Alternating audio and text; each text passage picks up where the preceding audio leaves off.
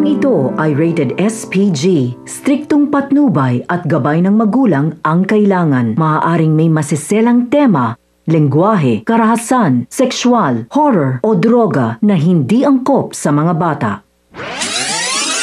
Mga kapamilya, narito ang mga dapat nating abangan sa FPJ's Batang Quiapo. Matapos ngang ipangako ni Tanggol kay Chairman na magbabagong buhay na siya at hindi na muling gagawa ng gulo, ay tila kakambal na niya ang kamalasan dahil sa panggugulpi sa kanya ni Rigor at muntik-muntika na siyang mahuli ng mga parak dahil sa napagkamalan nga siyang snatcher. Kaya naman ginawa niya ang lahat upang matakasan ang mga ito.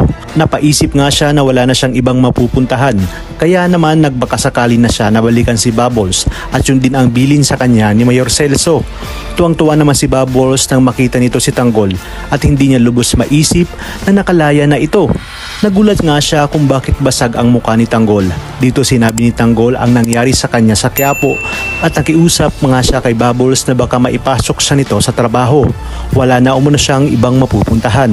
Hindi naman nagdalawang isip si Bubbles at agad na isinama si Tanggol kay Boss B at natanggap nga siya bilang janitor. At sa panibagong kapalaran at mundong tatahakan ni Tanggol, dito nga paliit na ng paliit ang mundo ng ating bida sa nalalapit nilang pagkikita ni Ramon. At di kalaunan nga ay muling magkukrus ang kanilang landas ni Marcelo dahil hindi nga rin siya magtatagal sa bar na kanyang pinagtatrabahuhan dahil napaaway siya matapos niyang iligtas si Bubbles sa pambabastos. Kaya naman panibagong mundo ang kanyang papasukin kung saan mas mabilis ang pera at ang kanyang pagyaman. Sinabi niya sa kanyang sarili na wala nang silbi ang kanyang buhay at gagawin niya ang lahat para umangat sa buhay para mahanap ang kanyang lola Tinding at mailabas ang kanyang mga kaibigan. At higit sa lahat ay maipaghiganti ang pagkamatay ni Mokang sa asawa nito. Dito nga ay magbabago ang lahat dahil sasabihin ni Tanggol kay Senyor Facundo ang tungkol sa kanyang paghihigante. Matapos malaman ni Tanggol mula kay Ben at Mang Berting ang buong katotohanan na si Ramon Montenegro at Alberto Trias ay iisa.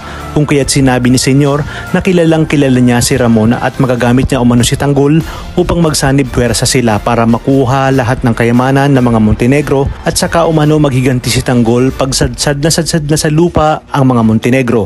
Mas lalong naging interesado si Tanggol nang makita niya mula sa malayo si David na isa palang Montenegro at katabi nga nito si Ramon kasama si Olga. Palaisipan nga sa kanyang kung paano naging isang Montenegro si David.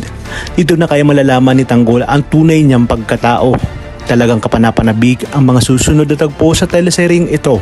Kaya naman sabay-sabay natin itong pakaabangan.